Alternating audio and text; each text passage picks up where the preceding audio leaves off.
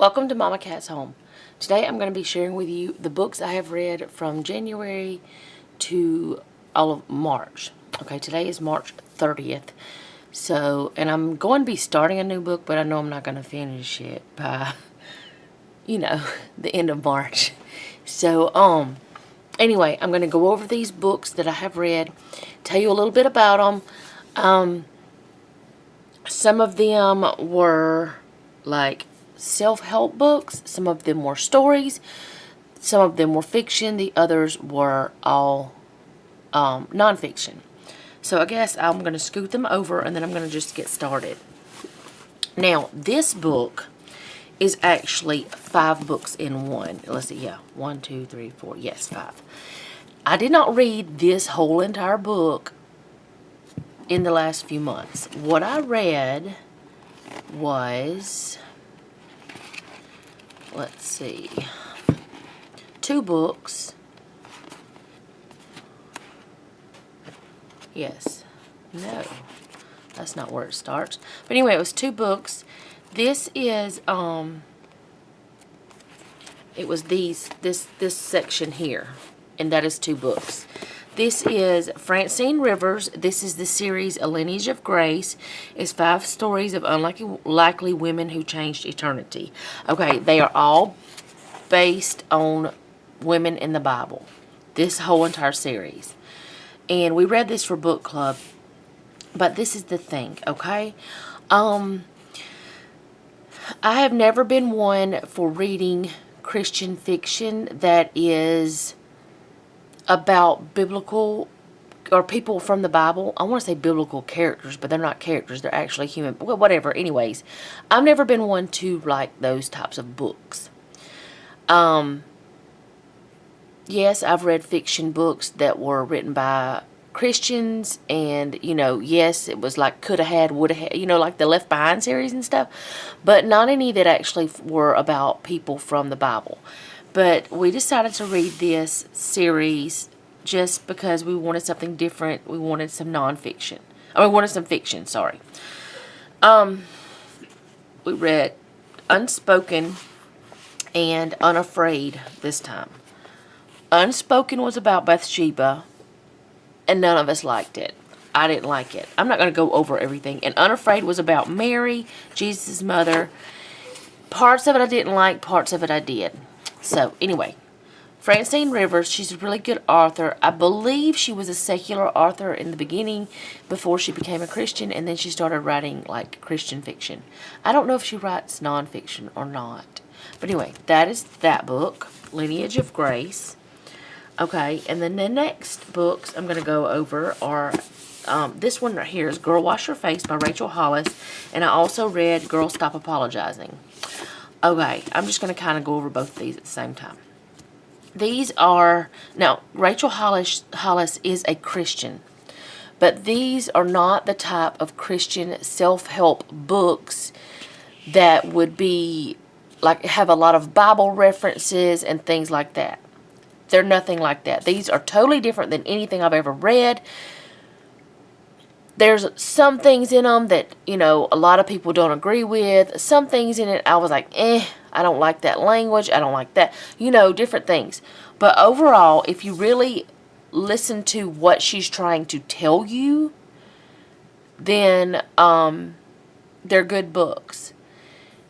But some people just are hating on them. And that's fine. Some people are loving them, and that's fine. To each his own, but, before you judge a book by its cover, at least read it. Or don't just take other people's word for it, in other words. But I liked them. There were things I did not like, but that's cool too. So those were Rachel Hollis, those 2 books. Okay, and the reason why that I read this one was because she talks about anxiety and stuff. And I've been dealing with a lot of anxiety this year, which is getting better. Okay, now I'm going to go on to this one by Mo Midlow. I hope I'm saying her name right. I bought this book used at a thrift store, and it was kind of beat up when I got it. I did not do all this damage to it. Just saying. Books are your friends. Don't mess them up. But anyway, this is a biblical guide to breaking free from fear and worry. It's called Overcoming Anxiety. This is a super awesome book. She not only like breaks things down for you, but she even has like homework and things, which I did not do this part. I read it, but I did not do it. But I am planning on going back and doing this stuff. I just wanted to read it first. But she has like journal time and all these things, like super great, very biblically based book. She's also on Instagram too. But this is really good if you have anxiety issues. So that's a really good book. Okay, the next one is Bob Goff's Everybody Always. Yes, I did it backwards. I did not read Love Does first, but I do own Love Does, and I am going to read it. But I got this one. It was on sale at Lifeway, so I bought it. And I actually started it last year, and then I put it down, and then I started it back this year and read it through. He tells different stories about his life and different people's lives, and really inspiring how that God has worked through him and worked with him and helped him to show love and be love. And it is really awesome book. This I would recommend to anyone. And it'll make you laugh. It'll make you cry. It's just a really good book. Really good. I follow him on Instagram too. Alright, and then this one is the last one. I think this is all. It seems like I read more than this. But that's like 2, 4, 6, 7 books in 3 months. Which is not bad whenever I'm still reading other things too. But anyway, this one is called Same Kind of Different as Me. It's by Ron Hall and Denver Moore with Lynn Vincent.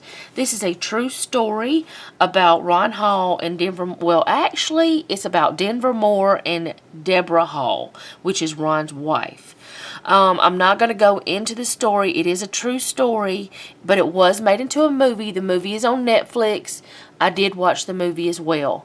And this is actually a movie that sticks to the book quite a bit, but it kind of adds their other book, which is called what is it called?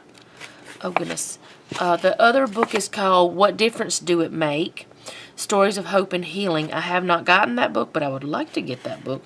But it's by the same people, but a really inspiring story about how that Denver Moore, he was homeless. And Ron and Deborah started working at a mission, which, of course, this is not actually them because this is actually actors. But started working at a mission and pretty much adopted him into their family. And really good book of how God used them and the way God is still using them. I would definitely recommend this book. Now,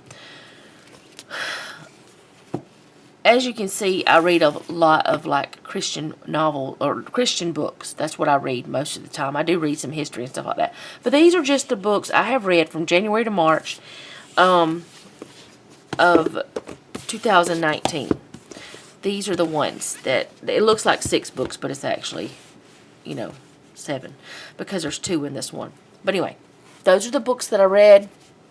I put the bigger ones on the bottom so you can see the littler ones, smaller ones, littler ones. That's not even proper English. But anyways, that is all I have for today. If you have any questions about the books, if I can answer without giving them away, I will. These 2, this one just has a lot of awesome different stories in it. This one is an actual story, I'm telling you. But if you start reading this, you're going to laugh, you're going to cry. You're going to be in all the feelings, all of them. Seriously. But in this one right here, really, it just really helps. And there is a 7-day, I want to say, devotional on YouVersion with this too, the Bible app. But anyway, these are the books that I read. Like, I don't do book reviews. This is just telling you what I've read so far this year. And I plan on doing this about every 3 months, sharing with you guys what I read. And, I don't know for sure if I'm going to or not, but I'm thinking about this will be a new thing that I do. So, yeah, I'm going to go for now. I want to thank you so much for watching. And remember, don't take any wooden nickels and be sweet.